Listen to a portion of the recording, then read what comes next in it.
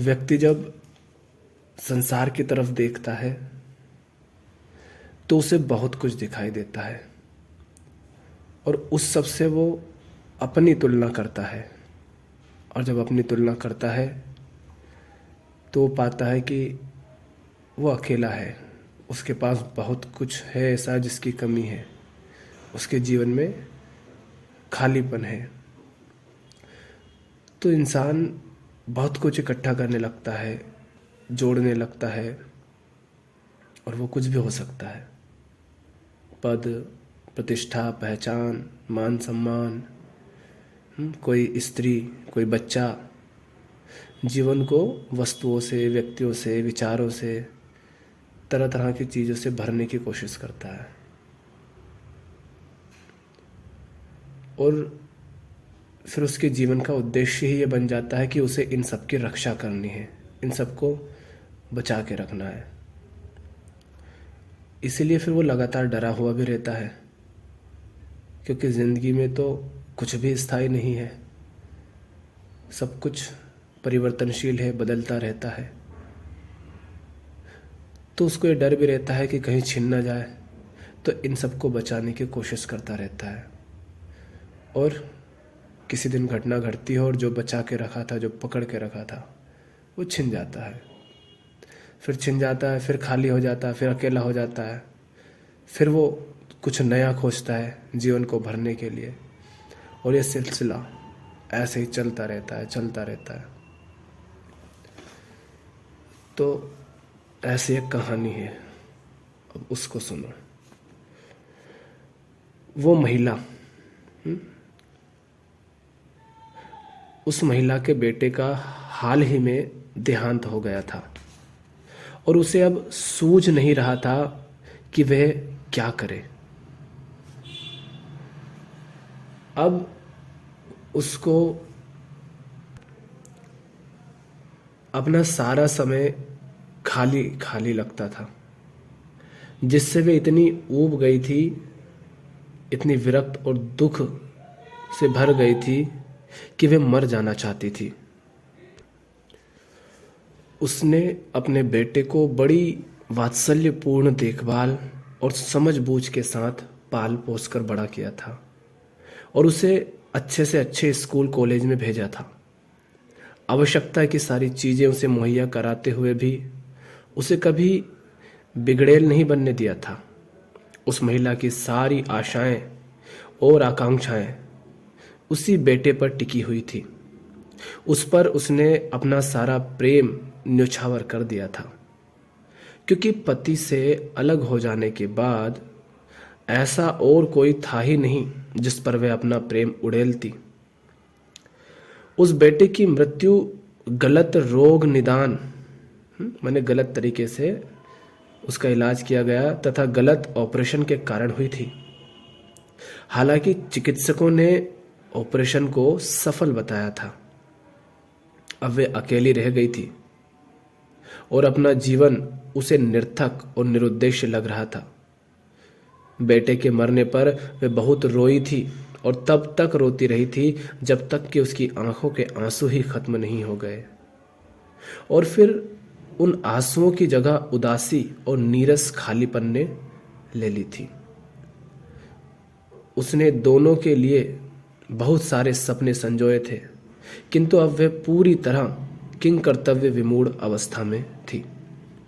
अभी तक लड़का उसकी जिंदगी में था तो उसको अपनी ज़िंदगी भरी पूरी लग रही थी, खुशहाल लग रही थी। उसको भी यही लगता था कि वो बच्चे से प्रेम करती है।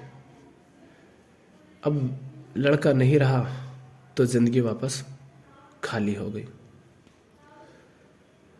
समुद्र की ओर से आ रही बयार में ठंडक और ताजगी थी और उस पेड़ के नीचे, अब ये जो अपन बात कर रहे हैं इसको कल्पना करते जाना कि कैसा वो दृश्य होगा। समुद्र की ओर से आ रही बयार में ठंडक और ताजगी थी और उस पेड़ के नीचे एकदम शांति थी।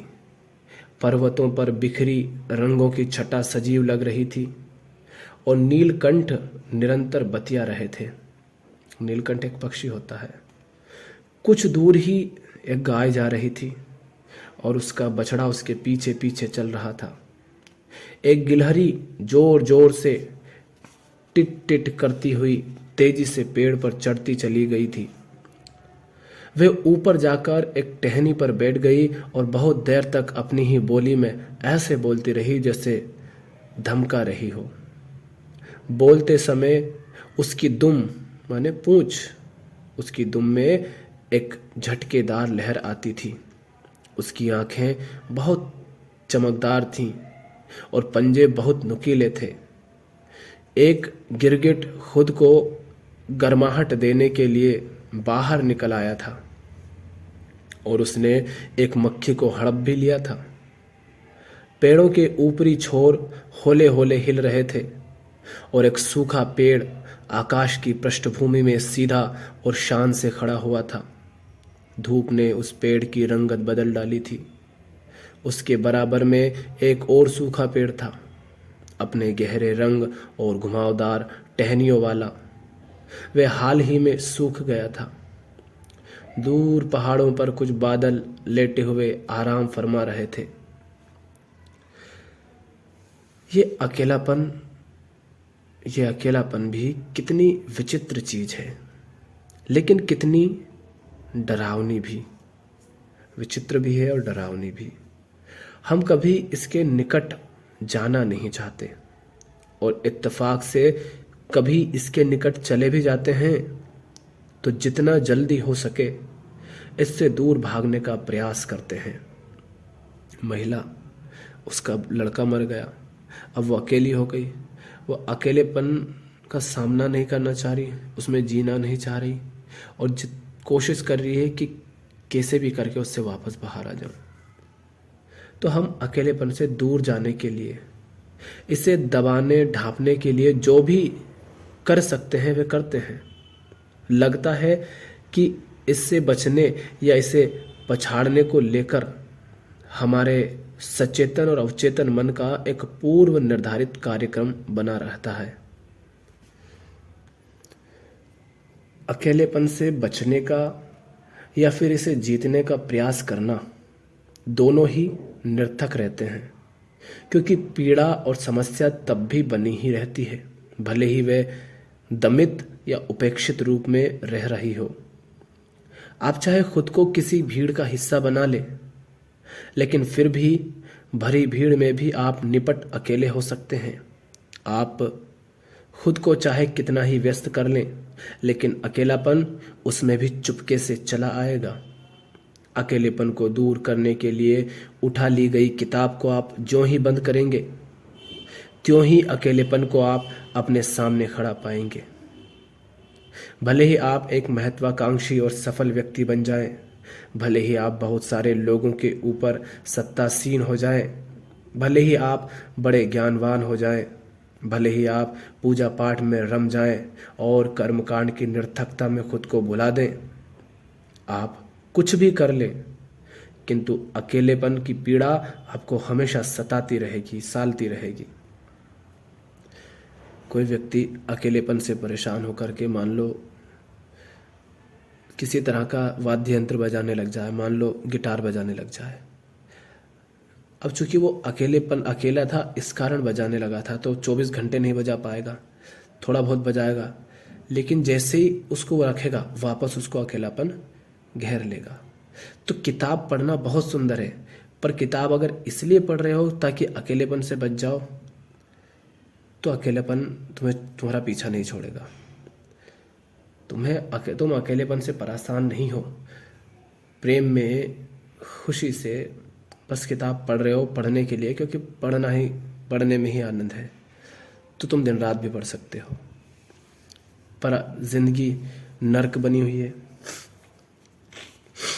खालीपन है, सूनापन है, इसलिए बस उसमें उलझे हुए हो तो समय ही बर्बाद होगा और किताब में भी कुछ सीखोगे नहीं, जानोगे नहीं, पढ़ोगे नहीं, कुछ मज़ा नहीं आएगा, सुनी सुनी ही रहेगी।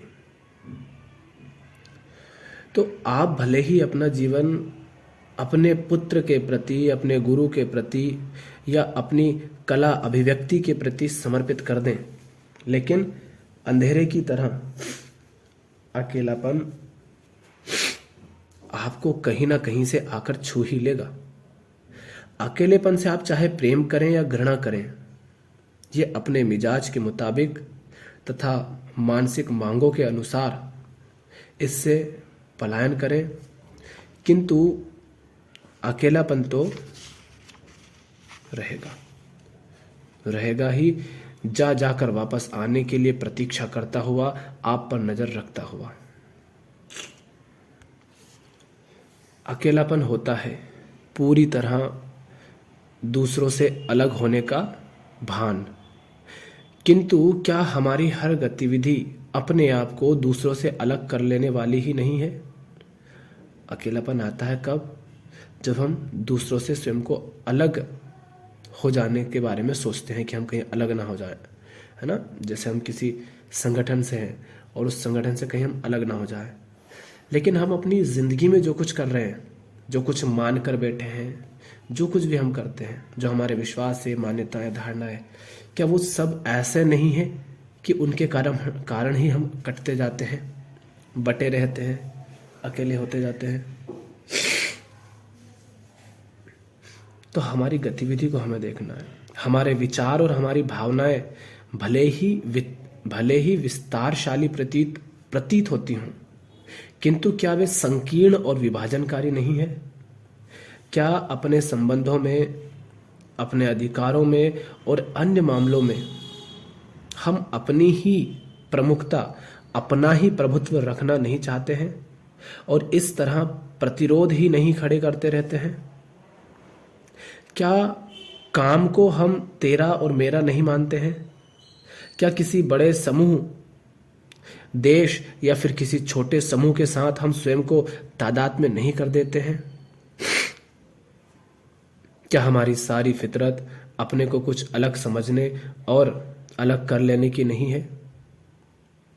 यानी एक तरफ हम अकेलेपन से भाग रहे हैं, दूसरी तरफ अपने दैनिक जीवन में हम जो कुछ भी कर रहे हैं वो है ही ऐसा जिससे हम और अकेले होते जाते हैं और कटते जाते हैं। हर स्तर पर अपने को अलग कर लेने वाली कोई ना कोई गतिविधि करते रहना ही अहम का मूल व्यापार रहता है, और अकेलापन होता है उसी अहम को अपने निठल्लेपन का भान हो जाना। कोई भी गतिविधि, चाहे वह शारीरिक हो या मानसिक, अहम के विस्तार का ही एक साधन होती है।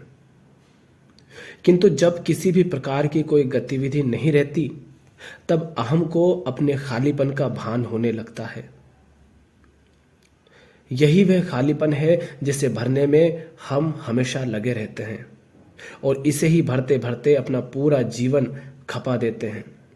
वह जीवन चाहे उन्नत व श्रेष्ठ स्तर का रहा हो या शूद्र व तुच्छ स्तर का।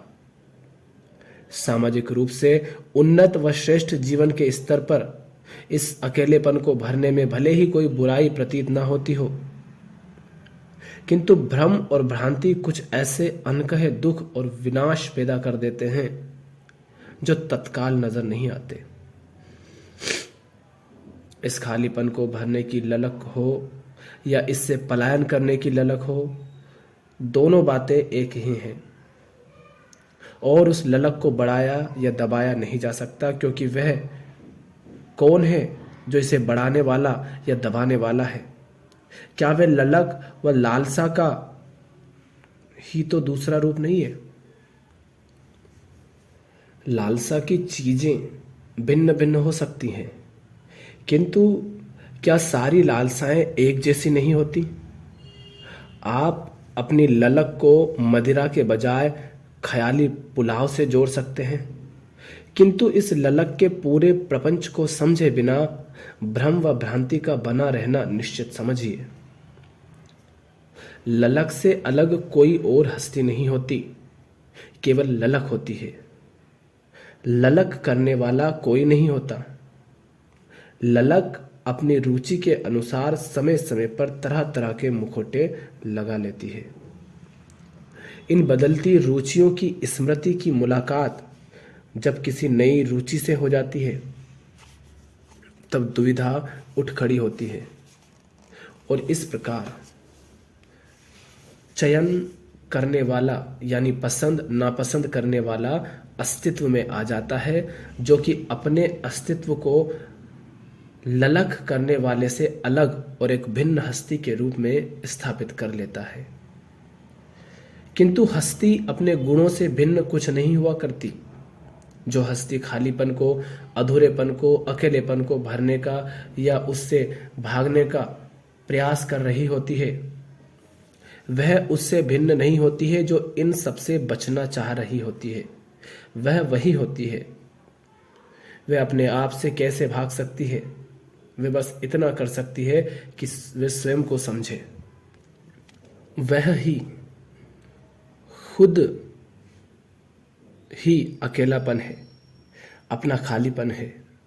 किंतु जब तक वह इन्हें स्वयं से भिन्न कोई चीज मानती रहेगी, वह भ्रम और भ्रांति की अवस्था में रहेगी, अनंत दुविधा में रहेगी। जब वह सीधे सीधे यह अनुभूत कर लेती है कि वह स्वयं ही अपना अकेलापन है, केवल तभी उसे भय से मुक्ति मिल सकती है। भय केवल किसी धारणा से जुड़कर ही आता है, और धारणा पैदा होती है स्मृति से यानी विचार से, और विचार अनुभव का परिणाम होता है। और हालांकि यह खालीपन के बारे में सोच सकता है, इसके प्रति संवेदनशीलता रखता है, किंतु यह अकेलेपन को सीधे सीधे जान नहीं सकता। अपने दर्द और भय से भरी स्मृतियों वाला यह अकेलापन शब्द स्वयं को ताजा तरीन देखने से, अर्थात ठीक वैसा देखने से वंचित रहता है जैसा कि वह है।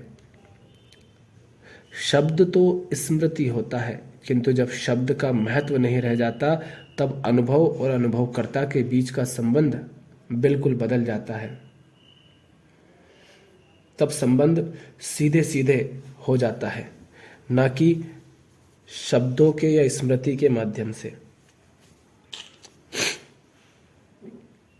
तब अनुभव करता ही अनुभव बन जाता है, और यही अवस्था भय से मुक्त कर देने वाली होती है। प्रेम और अकेलापन साथ साथ नहीं रह सकते। यदि आपको अकेलेपन का एहसास हो रहा है, तो समझ लीजिए कि आप में प्रेम नहीं है। आप खालीपन को प्रेम शब्द से ढांप सकते हैं, किंतु जब आपका प्रेम पात्र व्यक्ति या कुछ और आपके पास नहीं रहता, जैसे लड़का नहीं था या बदले में प्रेम नहीं करता, तब आप पुनः अकेलापन महसूस करने लगते हैं, खिन्न हो उठने लगते हैं। जब लड़का मर गया था तो स्त्री अपने को अकेला महसूस कर रही थी, इसलिए वो परेशान थी। तो इसका अर्थ क्या है? लड़के से उसको प्रेम नहीं था, बस उसको ऐसा लगता था कि उसको प्रेम है। प्रेम शब्द को हम अपने आप से, अपने आधे अधूरेपन से पलायन करने के माध्यम के रूप में इस्तेमाल करते हैं। जिससे हम प्रेम करते हैं उससे हम चिपके रहते हैं, हम ईर्ष्यालु रहते हैं। जब वह हमारे पास नहीं रहता, तब उसका ना होना हमें खलता है, अखरता है, और यदि वह मृत्यु को प्राप्त हो जाए, फिर तो हम पागल ही हो जाते हैं, और फिर हम किसी अन्य स्वरूप में, किसी विश्वास में, किसी अन्य विकल्प में वैसी ही राहत पाने की तलाश करने में लग जाते हैं। क्या यही होता है प्रेम? प्रेम कोई अवधारणा नहीं होता। किसी से जुड़ाव होने से ये नहीं उपजता। प्रेम कोई ऐसी चीज भी नहीं होता जिसे अपने वीराने से बचकर भागने के लिए हम एक साधन की तरह इस्तेमाल कर लें। किंतु जब हम इसका इस तरह इस्तेमाल करते हैं, तब ऐसी समस्याएं उठ खड़ी होती हैं जिनका कोई समाधान भी नजर नहीं आता। प्रेम कोई कपोल कल्पित चीज नहीं है, किंतु इस वास्तविकता का भान तभी हो सकता है जब विचार, अवधारणा, मन ये प्रमुख और परम कारक नहीं रह जाते। अगर इस कहानी का पूरा सार कहो तो वो ये है कि प्रेम का अभाव है जीवन में, है ना। किसी के साथ तुम जुड़े हो, उस पर मर मिटते हो, उसको बचाने के लिए जो कुछ हो संभव है वो करते हो, उसका ख्याल रखते हो। ये ज़रूरी नहीं है कि तुम्हें उससे प्रेम ही हो। जब जीवन में प्रेम नहीं होता तब हम उन सब चीज़ों को बचाने की कोशिश करते हैं जो हमारे पास होती है, जिन्होंने अपने जीवन के अकेलेपन को भर रखा है। और जिसके जीवन में प्रेम होता है, क्योंकि प्रेम कोई वस्तु नहीं है ना, तो जिसके जीवन में प्रेम होता है वो अकेलापन से परेशान नहीं होता, अकेलेपन से ना तो भागता है ना उसको भरने की कोशिश करता है, वो अकेलेपन में भी जीता है। तो अकेलापन अगर महसूस हो रहा है तो समझ लो कि आपके जीवन में प्रेम का अभाव है। जैसे ही वो सब आपसे दूर होंगे, वो वस्तु, वो व्यक्ति, वो सब बातें जो अभी तुम्हारे जीवन को भरे रखती हैं, आप स्वयं को अकेला महसूस करेंगे। और अकेला अगर आप महसूस करते हैं तो आपको समझना चाहिए कि वो जो पहले था वो भी प्रेम नहीं था।